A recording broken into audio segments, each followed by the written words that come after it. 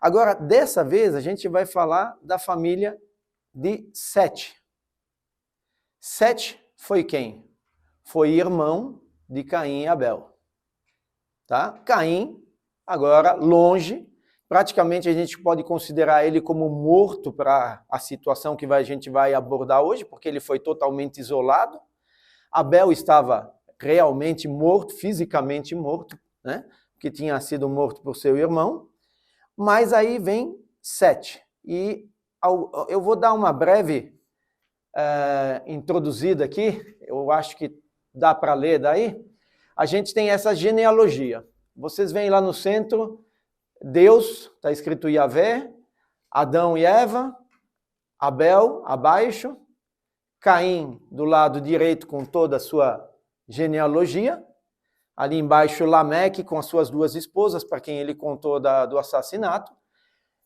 Essa é a linhagem que a gente chama de ímpia. Ímpia porque ela viveu longe do conhecimento de Deus e de fazer a vontade de Deus. E à esquerda a gente tem o que a gente chama de linhagem justa. E Sete é o filho que nasce, e a gente vai ter ali uma nova linhagem que vai até Noé lá embaixo. A gente não vai passar todos os nomes, é só para vocês saberem quem foi filho de quem aqui, de uma forma bem sucinta e rápida. Noé lá no final, a gente tem mencionado os 3 filhos de Noé ainda, Sem, Cã e Jafé. E ao lado esquerdo dos nomes, a idade deles. A gente lembra que Adão teve 930 anos, Sete 912, Enos 905 e assim por diante. Então a idade era bastante avançada dessas pessoas. E tem algumas coisas que são interessantes. Adão chegou a conhecer Lameque. Ali, Lameque do lado de Sete, né? Vocês estão vendo? Por quê? Porque ele teve 930 anos, então ele teve essa possibilidade de conhecer Lameque. E Noé nasceu apenas um pouco menos de 150 anos antes de Adão falecer. Então as pessoas tinham esse convívio. Mas isso aí só um comentário à parte, tá? Só para a gente ter uma ideia de que as coisas eram diferentes do que a gente se imagina hoje, né? A gente, quando vai tudo bem, a gente vê o bisneto, né? Mas não assim o neto lá na frente, né? Sim. Não sei se é pertinente falar, mas uma coisa que a gente viu até na outra aula, essa dúvida de como as pessoas cresciam, né? Como se multiplicavam. E aí isso que você está falando reforça de que casavam-se entre si, porque eles viviam muitos anos. Então casava primo, sobrinho, porque se imagina que as células eram 10, não envelheciam tanto. Sim, sim. Tinha isso que ela está falando, e a gente depois vai ver também que a gente está vendo apenas 2 linhagens aqui. Todos eles tiveram filhas e filhas de monte. Tá? Então, isso a gente entra num assunto mais para frente, a gente vai falar sobre isso. Então, agora a gente vai ver um versículo aqui para começar a falar da família de Sete. Aqui diz assim: novamente Adão teve relações com sua mulher e ela deu à luz outro filho, a quem chamou Sete, dizendo: Deus me concedeu um filho no lugar de Abel, visto que Caim o matou. E aí também a Sete nasceu um filho, a quem deu o nome de Enos. Nessa época começou-se a invocar o nome do Senhor. Eu queria a ajuda de vocês. Tem 2 fatos importantes aí que a gente pode extrair, que talvez falem um pouquinho da proximidade de Deus. O que vocês acham? Ela dizer que Deus concedeu um outro filho, né? Um outro filho? Tá, mas qual que é a característica desse filho? Ele deveria substituir quem? Abel. E Abel foi um filho que agradou ou não a Deus? Que agradou a Deus. Então, de uma certa forma, eles estavam na busca de um filho que novamente agradasse a Deus. Isso faz sentido? Certo. E no segundo versículo? O que é interessante aí? A invocação do nome do Senhor de uma forma, acho que mais assim, consistente. Exato, exato. Então, lembrando que aqui já não eram mais uma meia dúzia de pessoas, provavelmente eram, conforme foi tendo filhos e filhas, já era um povoado, uma pequena cidade, né? E aqui já está se começando a tomar, nessa família, nessa linhagem, a decisão de fazer quase alguma coisa como um culto ao Senhor, a invocar o nome do Senhor. Invocar aqui pode ter vários sentidos, né? Avaliando a palavra ali, ela pode querer dizer reconhecer Deus como único e verdadeiro, pode ser no sentido de ter um relacionamento com Deus, e pode ser no sentido de temer a Deus, ou ter aquele devido respeito pela pessoa de Deus. Aqui, até aqui, beleza, certo? Capítulo 5, então, começa com um repeteco, um resumo de toda a genealogia de Adão até Noé, de onde foi extraído aquele primeiro gráfico que a gente viu ali. Tá? E esse capítulo 5, então, a gente vai dar uma lida. Alguns versículos, tá? Não vamos passar toda ela, porque ali diz filho de Idá, tal, morreu, tal. Então a gente vai pegar aqueles que achei mais importantes para a gente abordar nessa aula. Alguém pode ler esses versículos aqui para mim, por favor? Este é o registro da descendência de Adão. Quando Deus criou o homem, a semelhança de Deus o fez. Homem e mulher os criou. Quando foram criados, ele os abençoou e os chamou homem.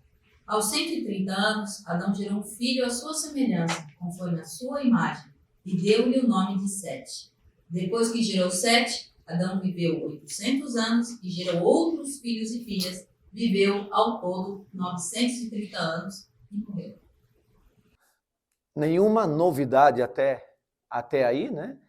A gente sabe que Adão foi criado à imagem de Deus, à semelhança de Deus, como está escrito aqui.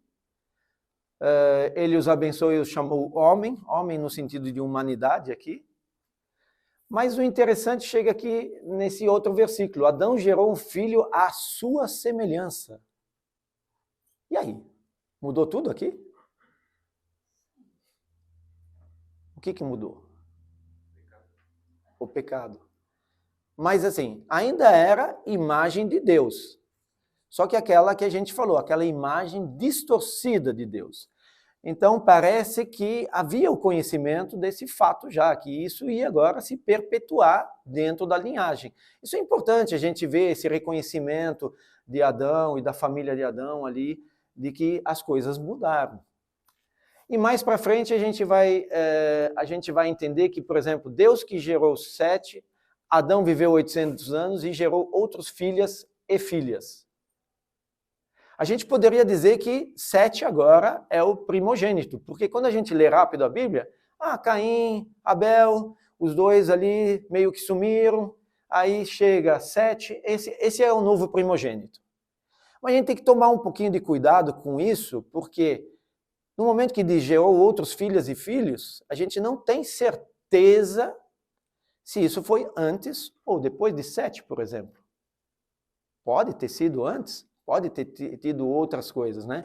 Então, esses cuidados a gente tem que tomar, não ler assim rápido demais, sem uma certa atenção. E aquilo que eu já falei, né? Eles tinham uma vida longa, viveu ao todo 930 anos e morreu. Quando você pega esse capítulo 5, você vai ver todo ele ali. Viveu tantos anos e morreu. Viveu tantos anos e teve sua morte, né? E aí você fala assim, mas por que as outras genealogias que eu leio em Mateus e outras não são assim? Então não era um costume dos judeus fazer isso. Aqui estava enfatizado, talvez justamente por causa daquela mesma questão. A situação agora estava diferente após o pecado. Todos tinham a morte decretada. Então, todos eles haveriam de morrer, e essa era a ênfase que estava sendo dada aqui. E não todos, houve sim uma exceção aqui. Um pouquinho mais para frente nesse capítulo a gente lê ali, Enoque andou com Deus e já não foi encontrado, pois Deus havia arrebatado. Então, mais uma vez a gente vê aqui uma pessoa que agradou a Deus dentro dessa linhagem e até foi arrebatado. Mais para frente, aos 182 anos, Lameque gerou um filho, deu-lhe o nome de Noé e disse: Ele nos aliviará do nosso trabalho e do sofrimento de nossas mãos causados pela terra que o Senhor amaldiçoou. Me ajudem com esse versículo. O que acontece nesse versículo aqui? Qual é a expectativa que eles têm em Noé aqui? Uma libertação. A libertação. Do sofrimento causado pelo pecado. Mas baseado em que eles têm essa expectativa? Naquilo que tinha sido dito para Adão e Eva lá no comecinho, logo que ele pecou. Ele sempre estava esperando esse filho que ia pisar a cabeça da serpente. Exatamente, né? Teve ali, no meio do castigo que Deus estava dando, estava falando assim, a descendência de Eva será aquela que resolveria o problema. E eles aqui com Noé têm essa mesma expectativa. Pode ser Noé, vamos apostar nisso, né? E está aqui.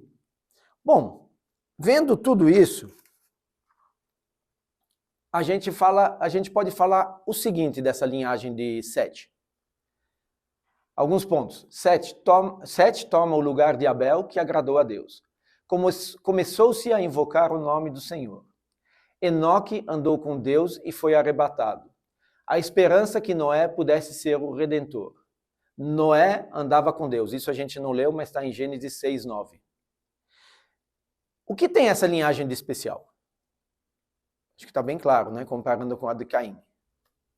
A gente vê vários comentários na Bíblia dizendo que há uma proximidade.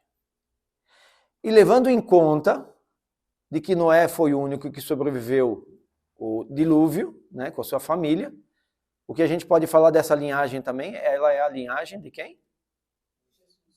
De Jesus. Né? Então, duas coisas importantes aqui. Agora, me digam, como aquela fé, aquele relacionamento com Deus chegou até Noé? O que foi preciso? O que aconteceu aqui que não aconteceu na descendência de Caim, e talvez com todos os outros, né? Eu acho que o pastor André falou alguma coisa de 1 milhão de pessoas pouco antes do dilúvio. Então, onde que estão todas essas outras pessoas? Por que elas não estiveram nessa mesma situação? Instrução. A palavra foi passada de geração em geração e chegou até Noé. Porque Noé não ia inventar isso da cabeça dele. Alguém tinha que ter falado as coisas para ele, instruído ele nisso. Exatamente. E aí, a gente se pergunta por que então todos os demais não chegaram a conseguir fazer a mesma coisa. E o autor de um dos livros que a gente está usando, David Merck, ele faz uma comparação bastante estranha, mas assim, que eu gostei bastante. Ele fala que quando ele era jovem, ele teve um acidente esportivo. Estava jogando basquete, eu não sei se era basquete, eu não sei exatamente que esporte. Hã? Deve ser. Mas eu não lembro agora. Mas ele sofreu um acidente e aí ele acordou no hospital. E ele tinha esquecido de todo aquele período, desde o momento do acidente até ele acordar do hospital, ele não lembrava de absolutamente nada. Ele teve o quê? Uma amnésia. Qualquer pessoa que tenha experimentado um período de amnésia conhece a sensação desconcertante de acordar de repente e perceber que uma parte de sua vida foi apagada de sua memória. A amnésia espiritual apaga de nossa mente as lembranças de Deus. Olha, isso parece tão, assim, num primeiro momento parece estranho. Mas a verdade é que se a gente não se esforça, se a gente não está sempre ativamente buscando um relacionamento com Deus, isso acaba acontecendo. E se a gente for avaliar na Bíblia, o povo de Deus sempre teve altos e baixos. E toda vez que teve um baixo, era porque tinha essa amnésia. Tinha esquecido das coisas de Deus. Eu vou trazer um exemplo aqui para a gente entrar nessa questão da transmissão da fé. O povo foi liberto do Egito. Teve aquelas 10 pragas, o mar se abriu e eles puderam escapar dos egípcios ali e eles estavam indo em direção à terra prometida. Disse que ali aquela caminhada poderia ter demorado aproximadamente 40 dias. Certo? E aí eles chegam na frente da Terra Prometida e falam assim, a gente vai mandar espias para dar uma olhada o que a gente tem lá. E saíram 10 espias durante 40 dias e 40 noites ali para verificar a terra. E eles olharam e falaram, ótima terra, muito boa. Mas tem gente muito forte lá, até eles chamavam de gigantes ali, né? Que estavam cuidando daquela terra. E eles falaram, nós não vamos conseguir. Nós não vamos conseguir. E eles deram para trás. Vocês já se imaginaram? Apenas menos de 2 meses depois, o pessoal tinha esquecido daquilo tudo que Deus tinha feito com eles. E aí, não é à toa, Deus se irou com eles e falou assim, ok, então vamos lá, volta para o deserto, vocês vão ficar mais 40 anos ali caminhando no deserto. E praticamente ninguém daquela geração entrou na Terra Prometida mais para frente, exceto Josué e Caleb, que foram aqueles que confiaram que Deus haveria de ajudar eles da primeira vez, mas eles estavam agora diante da segunda vez. E é esse o texto que eu vou ler para vocês, que a gente vai ler junto aqui. Tá? É essa segunda vez, que é em Deuteronômio capítulo 6, os versículos de 1 a 3. Se alguém puder ler para mim, eu agradeço. Esta é a lei, isto é, os decretos e as ordenanças que o Senhor, o seu Deus, ordenou que eu lhes ensinasse, para que vocês os cumpram na terra para a qual estão indo, para dela tomar posse. Desse modo, vocês, seus filhos e seus netos temerão ao Senhor, o seu Deus, e obedecerão a todos os seus decretos e mandamentos, que eu lhes ordeno todos os dias da sua vida, para que tenham vida longa. Ouça e obedeça, ó Israel, assim tudo lhe irá bem, e você será muito numeroso numa terra onde manam leite e mel, como lhe prometeu o Senhor, o Deus dos seus antepassados. Ok. Pergunto. Aqui Moisés está falando assim, vou apresentar a lei para vocês. E aí antes de a gente partir para mais a fundo sobre isso, por que ele está apresentando a lei novamente, se ele já tinha feito isso lá atrás? Por quê? E aí a gente pode, por exemplo, avaliar o significado do livro de Deuteronômio. No grego, Deuteronômio significa literalmente segunda lei.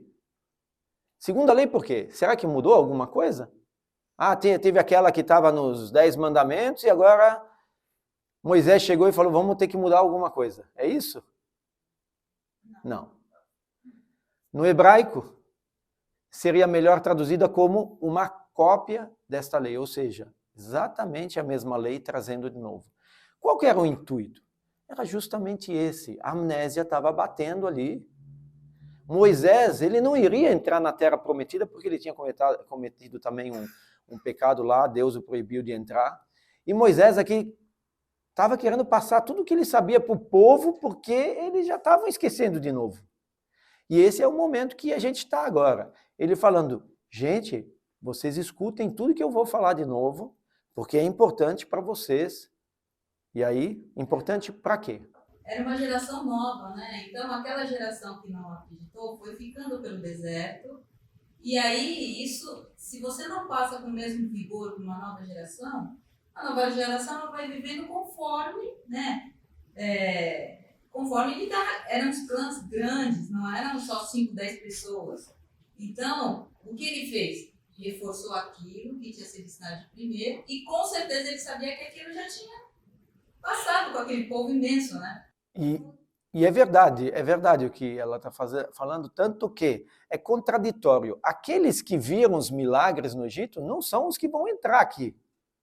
Então eles aqui tinham que ser lembrados de tudo que Deus tinha feito e também ser instruídos novamente naquilo que eles iam necessitar. Mas qual é o objetivo, então, deles terem que ter essa lei, obedecer esses mandamentos? Qual que é o objetivo?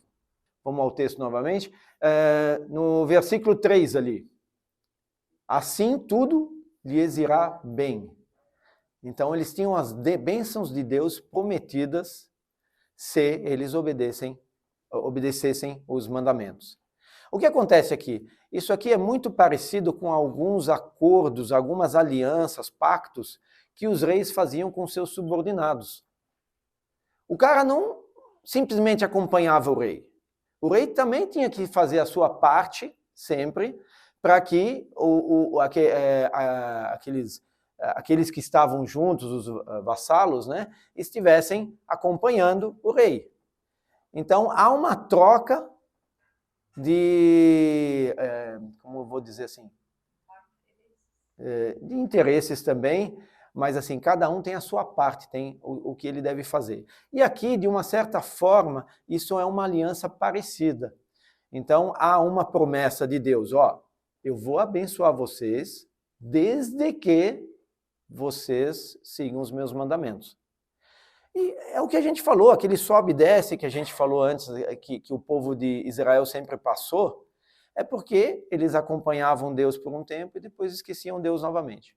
Tá? Então, há sim uma conotação de bênção e maldição, que parece meio forte esses termos, que vem logo em seguida a esse texto aqui, mas no sentido de, se vocês obedecerem, vocês serão abençoados. Ok, e como isso deveria acontecer? Olha o versículo 2 ali. Desse modo, você, seus filhos e seus netos temerão ao Senhor. O que a gente vê aqui que a gente já falou hoje? Vocês, seus filhos e seus netos. Transmissão da fé. Ela precisava acontecer. Moisés já tinha conhecimento se não fosse tomado cuidado em relação a esse assunto, a coisa ia se perder de novo. Então ele estava enfatizando aqui claramente esse assunto. Aqui na continuação desse texto, temos aqui, e esse eu vou ler porque aqui tem bastante coisa para a gente falar. Ouça, ó Israel, o Senhor, o nosso Deus, é o único Senhor. Com esse versículo aqui, começa a profissão de fé dos judeus. O Shema Israel que eles têm. Porque eles pegaram essa parte aqui da Torá, que é o nosso Antigo Testamento, como aquilo que é mais importante, aquilo que eles realmente levam para a vida deles, a fim de não esquecer de seguir a Deus. E isso também é importante para a gente, né? Não é só uma coisa dos judeus, está na nossa Bíblia e é um fator muito importante para a gente também. 5. Ame o Senhor, o seu Deus, de todo o seu coração, de toda a sua alma e de todas as suas forças. Está valendo hoje ainda? Lógico. Tanto que Jesus chega e fala assim, quando ele foi perguntado sobre o mandamento mais importante, ele fala, ame a Deus de todo o seu coração, de toda a sua alma e de todo o seu entendimento. Então, de uma forma plena, deveria ser realmente, toda a nossa vida devia gerar em torno do Senhor. E aí, 6, que todas estas palavras que hoje lhe ordeno estejam em seu coração. Não é uma questão de conhecimento, é uma questão da gente, em todas as nossas decisões, em todo os nosso agir, a gente tenha assim, a lembrança de que Deus está junto e que a gente quer realmente seguir essa vontade de Deus. No 7, ensine-as com persistência a seus filhos. Aqui eu quero ser bem claro. Com quem Deus está falando? Com os pais. Está falando dos filhos, né? Ensine a seus filhos, é os pais. É importante a gente entender. A educação dos filhos é uma tarefa que Deus deu aos pais. Isso na época podia ser mais claro para a gente, talvez um pouquinho mais difícil. Hoje, quando a gente fala de educação dos filhos, a gente fala assim, escola, creche, né? Pode ser escola pública, pode ser privada, mas o Estado absorveu grande parte dessa tarefa. E aí, talvez aqui a gente poderia estar numa aposta assim, ok, a gente precisaria, por exemplo, que a mídia trouxesse menos coisas ruins, a censura fosse melhor da mídia, vamos colocar nossas expectativas em cima disso? Eu acho que não. Porque se a gente entra na internet, a gente acha o que a gente quer. Aí a gente vai falar assim, vou depositar minha fé crendo que as escolas vão voltar aos padrões bíblicos cristãos. Vamos confiar nisso? Não dá, gente. A gente sabe que o caminho está sendo o contrário nas escolas. Então a gente teria que fazer alguma coisa como um homeschool. Alguns dos nossos missionários, por exemplo, o Marcelo e a Michele, eles têm feito homeschool, mas por um motivo de que eles não têm escolas por perto lá no Amazonas, então a mãe está ensinando todas as matérias de escola para os filhos. Mas não é só lá. Eu não sei em outros países, mas, por exemplo, na Alemanha, tem muitos pais que tomaram a decisão de não mandar os seus filhos para a escola e fazer a educação, pelo menos na parte do primário, em casa. Por quê? Porque nas escolas estão ensinando muitas coisas que não são adequadas. São os cristãos que estão fazendo isso na Alemanha. Portanto, a gente precisa ser tão radical? A gente pode deixar matemática, física, biologia, deixa eles aprender isso na escola, mas a gente tem que ter na nossa cabeça que o temor a Deus, a criança vai aprender em casa. Socialização é uma parte, sim, que eles aprendem na escola, mas o amor ao próximo, a gente que tem que passar para eles. É o segundo maior mandamento que Jesus passou. E o que se aprende na escola, pense em você e só em você, para que você tenha sucesso na vida. Então são dois fatos que a gente tem que realmente, como pais, estar instruindo nossos filhos. Quero dar um exemplo. Eu queria dar um exemplo nosso, lá de família.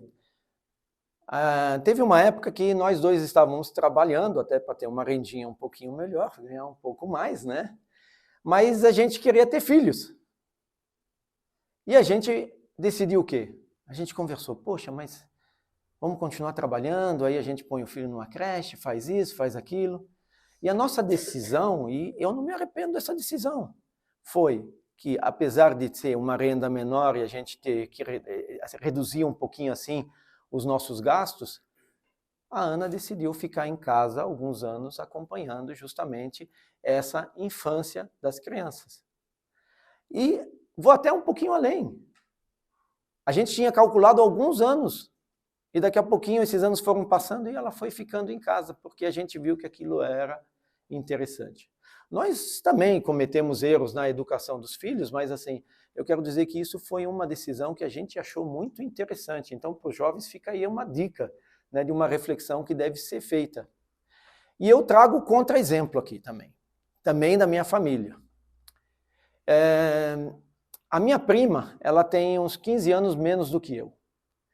E eu era jovem, minha prima ainda criança, e a gente estava num jantar na casa dos meus tios, e ela começou a fazer coisas que não devia na mesa, e fez birra. E a minha tia chamou a atenção dela uma vez, chamou a atenção dela uma segunda vez, e na terceira, bem enfática, chamou a atenção de novo, e a criança nem aí com nada.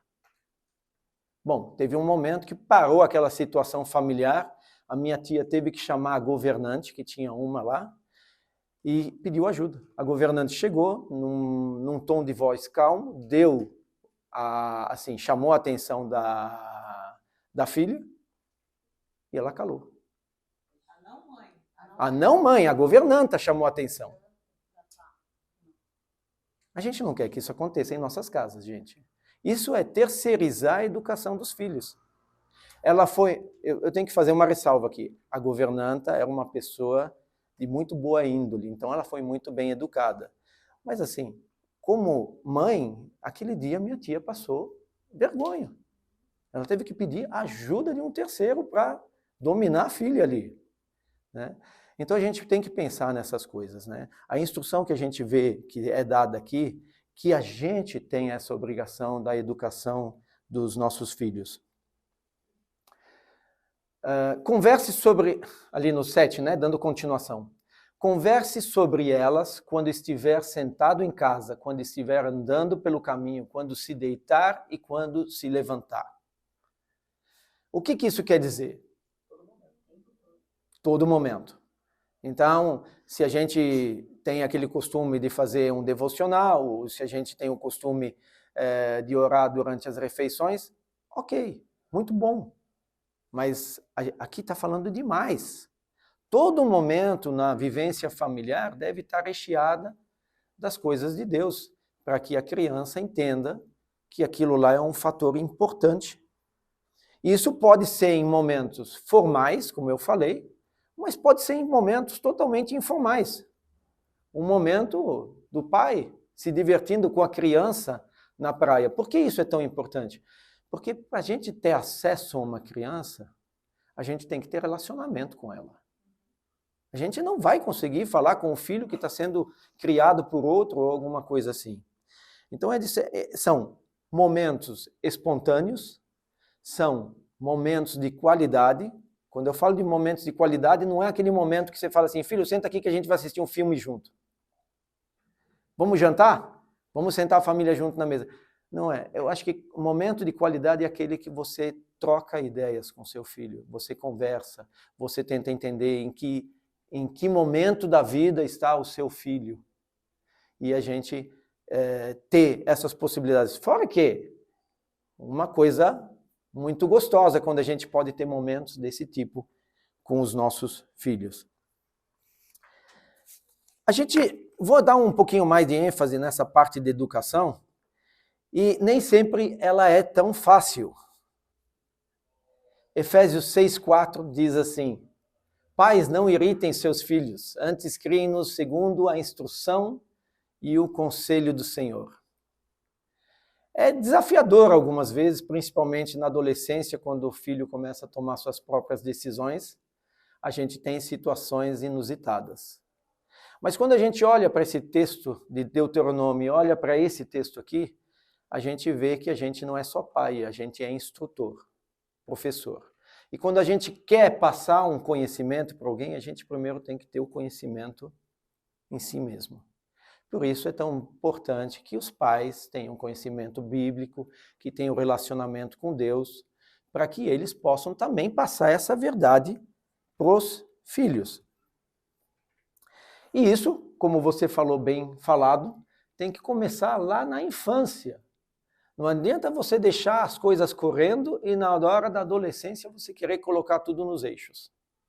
Isso a gente vê, os psicólogos falam sobre isso, né? Não dá certo. É desde lá de pequenininho onde que as crianças conseguem entender o que é certo e o que é errado.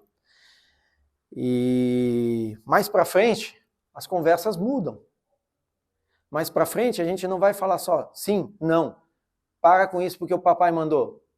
Vai ter que ter diálogo com os filhos e tudo mais, né? Para que eles possam entender por que a gente toma certas decisões na nossa vida. Ok? E uma outra coisa importante. O falar é importante, mas o nosso agir é mais ainda. Imagina uma situação onde que você acabou de instruir o seu filho, não minta.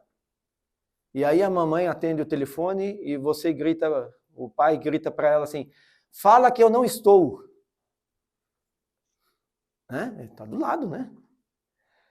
O que aquilo gera na cabeça de uma criança? Calma, o papai está aqui, mas... Né? Então a gente tem que ter... Foi um exemplo bem bobinho, né? Mas eu acho que até acontece de vez em quando no nosso dia a dia umas situações dessas. Mas a gente tem que pensar o que isso vai refletir na vida do nosso filho. Então nós temos, assim, vamos dizer assim, o filho tem duas opções. E isso é provado, né? Quando ele vê coisas boas no pai, ele vai tentar, quando crescer, imitar o pai em muitas coisas.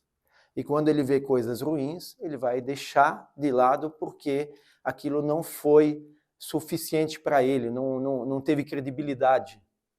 Então, outra coisa que a gente tem que refletir quando a gente pensa nisso. Aí, como eu falei, parece um desafio. Porque parece então que em casa a gente tem que ser perfeito como pais. O que vocês acham? É a perfeição? Aí vem o outro lado. O que a gente faz quando a gente cometeu um erro? Pede perdão, se arrepende da coisa, ora para Deus. Tudo isso é um exemplo para o filho também. Tá? Se vocês quiserem acrescentar ideias, estamos sempre abertos, estamos conversando aqui. Tá?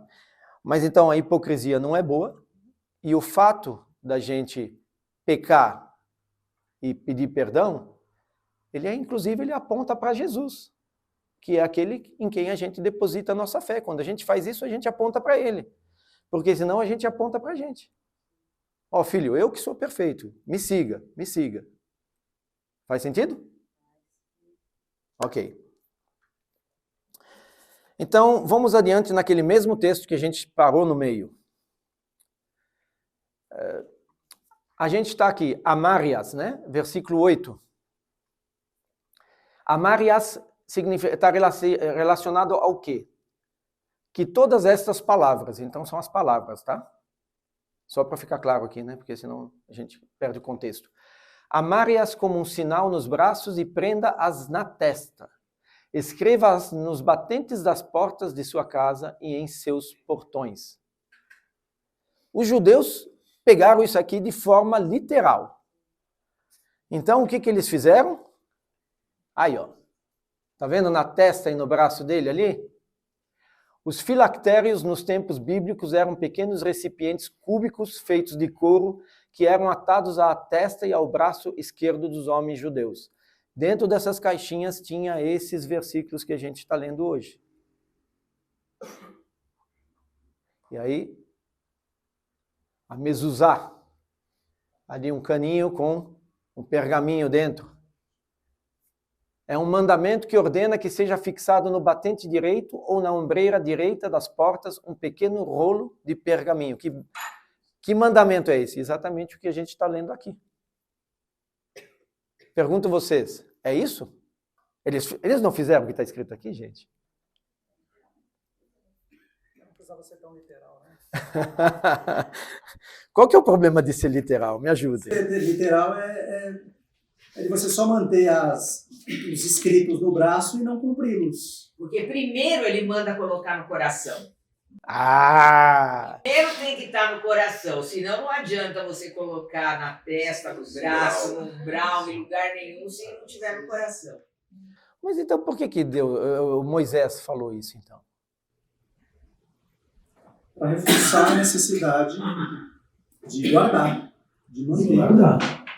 É uma Eu acho que é uma coisa que é né? um lembrete, né? Quando eu entrei em casas de judeus, interessante, todas as portas tinham, e era assim, teve um trabalho que eu tive que fazer, e em todas as portas tinham, e todas as vezes que elas passavam, eles passavam a mão. Então parece que era um negócio para lembrar, mas é o que a dona Terezinha falou, né? Aí ficou até um gesto só, né?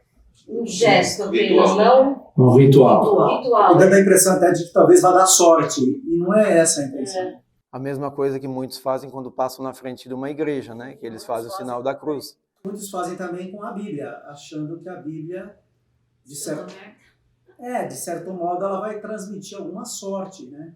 Sim. Quando, na verdade, você precisa aplicar o que está escrito dentro dela. Tá. Mas não vamos condenar tantos judeus, né? Afinal de contas, muitos de nós têm aquela plaquinha em casa, né? Eu e a minha casa serviremos ao Senhor, né? Não é verdade? Tá? Então, mas assim, eu acho que isso aqui é mais no sentido de a gente ter coisas que lembrem a gente constantemente, olha, nós devemos caminhar com Deus. São lembretes, são coisas que nos levam de volta quando a gente talvez esteja naquele momento que a gente quer ir para aquela amnésia e nos trazem de volta, lembrando a gente que a gente tem que caminhar com Deus. Nesse sentido, sim. Tá? Alguns dizem aqui que a ideia pode ser que o sinal tem que ser nos braços, porque tudo que a gente faz tem que estar Deus envolvido. E no meio da testa, porque tudo que a gente pensa tem que estar Deus envolvido. Isso é só uma interpretação possível aí que alguns têm disso, né? Mas as coisas ao nosso redor devem estar sempre levando a gente de novo aos caminhos de Deus.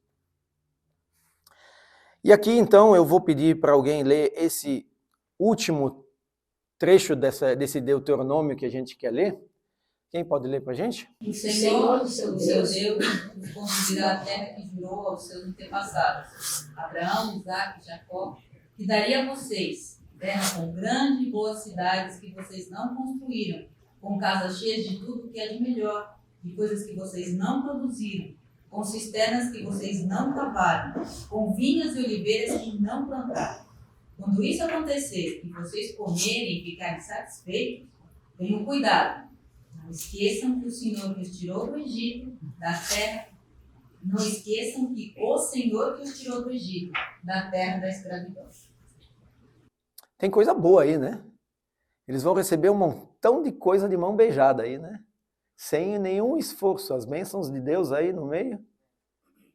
Mas tem também um alerta. Qual que é o alerta? Não se esqueça do Senhor. E do que Ele fez por nós no passado. E, na verdade, na nossa vida, muitas vezes é assim. A gente vai, Deus nos abençoa, abre portas, faz com que as coisas prosperem, e daqui a pouquinho a gente fala assim para si mesmo, inconsciente. A gente fala, nossa, eu consegui muita coisa. Eu consegui muita coisa. E aí a gente começa a achar que a gente é independente, que a gente não precisa de ninguém para conseguir as coisas. E a gente começa a caminhar e a amnésia vai chegando. E a gente começa a esquecer e colocar Deus de lado. Então, esse texto aqui, apesar de ser um texto daqueles tempos, ainda é muito atual. Ele serve para a gente hoje de uma forma muito clara. Eu queria sair um pouquinho disso e falar um pouquinho de um outro texto, e vocês vão até achar estranho num primeiro momento, que a gente vai falar dos versículos finais ali da parábola do semeador.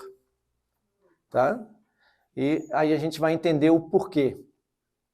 Aqui é o exemplo das sementes que caem nos espinhos.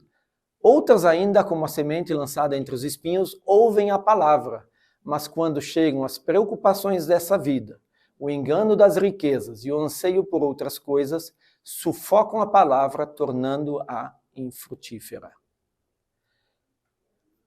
Texto muito usado para evangelismo, missões, e nesse enfoque. Porque, assim, há duas coisas que a gente pode avaliar desse texto da parábola do semeador. Que as sementes podem cair em solo fértil e em locais onde que elas não podem germinar. Agora, se a gente for, por exemplo, a gente lê o livro de Patrick Ley, ele coloca o seguinte, aquele que é agricultor, ele não sai jogando as sementes para qualquer lado. Ele faz o que antes de jogar as sementes? Prepara a terra. Por quê? Porque a ideia não é cair nos espinhos, não é cair nas pedras. A ideia é que caia em solo fértil. E Patrick Ley é um desses que fala sobre missões através de relacionamentos. A gente cria relacionamentos, conversa com as pessoas, prepara o momento para depois vir com a palavra de Deus, a mensagem de Deus para essas pessoas, para que ela seja mais receptiva. Lógico que quem convence é o Espírito Santo. Por que eu estou mencionando isso agora? Porque, na verdade, os nossos filhos não são crentinhos só porque a gente é crente. A gente tem que fazer o mesmo trabalho na vida dos nossos filhos, preparando a vida deles, para que um dia, quando eles enfrentarem todas essas situações aqui, as preocupações da vida, o engano das riquezas e o anseio por outras coisas, eles estejam preparados e firmes para continuar caminhando com o Senhor, né? com Deus. Dá para entender isso? Essa é a responsabilidade nossa como pais. Então, como eu já falei numa outra vez, né? A gente trabalha para a independência dos nossos filhos, porque um dia eles vão eles vão formar uma nova família que não deve depender mais do pai e da mãe, como a gente já leu, né? E devem ser independentes. Independentes do quê? Dos pais. mas dependentes de Deus. Ok? Faz sentido isso? Alguém quer acrescentar ainda algum pensamento em relação à aula? Porque eu vou fechando aqui. Posso fazer uma pergunta? Lógico. Na verdade, eu pensei em uma coisa aqui. Isso também a gente pode pensar no nosso relacionamento com Deus, né? Como pais que não vão deixar o nosso coração, porque essa coisa da amnésia, né? Ainda a gente tem isso, pode ter isso. Então, deixar as preocupações desta vida, os enganos, né? Eles precisam ver que a gente também está cuidando do nosso, para eles verem também, né? O exemplo, é? É um exemplo, né? Olha, estou cuidando aqui do meu coraçãozinho, né? Porque é isso que vai acontecer na vida deles também, né? Amnésia, na verdade, é um vazio. Talvez, nesse sentido, a comparação não seja tão boa. Porque a gente começa a esquecer a Deus sempre quando outras coisas tomam o lugar de Deus na nossa vida, como está falando aqui. Né? Mas faz sentido, né? Alguém mais quer comentar alguma coisa? O texto que você colocou em Deuteronômio, Sim. Logo no versículo um pouquinho mais para frente, ele fala do temor do Senhor. É possível andarmos na tradição, na herança religiosa, mas não temermos o Senhor. O texto ali está falando exatamente de não seguirmos os falsos deuses que se apresentam o tempo todo na nossa caminhada. Então, para mim é um baita desafio, porque muitas vezes nós temos pessoas que se dizem cristãs, que querem seguir o Evangelho, mas que não temem a Deus. E por não temerem a Deus, não amarem a Deus em primeiro lugar, como o texto que você trouxe, seguem o tempo todo falsos deuses que se apresentam no caminho. Nós temos um coração idólatra. Algumas vezes sem saber. Sem saber, mas a advertência ali no versículo 13 e 14 da Deuteronômio, né? Não sigam os falsos deuses dos outros povos. Esses falsos deuses estão tomando o coração de vocês. Vocês estão até cumprindo a tradição, colocando nos umbrais da porta, mas vocês estão toda hora suscetíveis seguindo falsos deuses. Então nós precisamos andar atentos a isso. Nós temos um coração inclinado a qualquer tipo de idolatria que aparece, mesmo seguindo, estando dentro da igreja, ou estando na fé. Exatamente. Já é difícil eles, dentro do povo de Israel, caminharem fiéis com o Senhor. Mais ainda quando a gente traz gente de fora, né, de outros povos, com novos costumes, culturas, aquilo provoca uma ruptura, né? E por isso também a questão que a gente tem nos dias de hoje, o julgo desigual, não é adequado também, porque traz ideias diferentes daquelas de Deus, e aí quebra aqui de novo e surge o temor de Deus se vai, a amnésia chega e a gente andando longe de Deus. Tá? A gente precisa estar sempre atento a isso. Mas o Deuteronômio tem essa característica, né, de relembrar, de trazer de volta. É interessante que um pouco mais na frente, lá no capítulo 29, no verso 29, quase no final de Deuteronômio, novamente vem Deus reforçando. E muitas vezes as pessoas usam esse versículo, que é as coisas encobertas são para Deus, as reveladas são para nós e nossos filhos, de geração em geração. Isso seja perpetuado, né? Isso que o versículo está falando. Então, assim, muita gente usa esse verso, às vezes, para... Olha, realmente, nós não vamos saber, a ciência não vai descobrir tudo. Porque algumas coisas Deus não vai revelar, não vai permitir. Mas ele reforça que aquilo que está revelado precisa ser transmitido. não, precisa. A mesma coisa, né? Você fala, mas a Bíblia está repleta desses exemplos. Então, aqui acabou de ser falado, mas quando Josué entra na terra prometida, ele fica meio inseguro. E Deus fala o que para ele? Acho que é Josué 1:8, se eu não me engano. Não deixe de falar as palavras desse livro da lei. Né? Medite nelas de dia e de noite, para que você cumpra tudo que nele está escrito.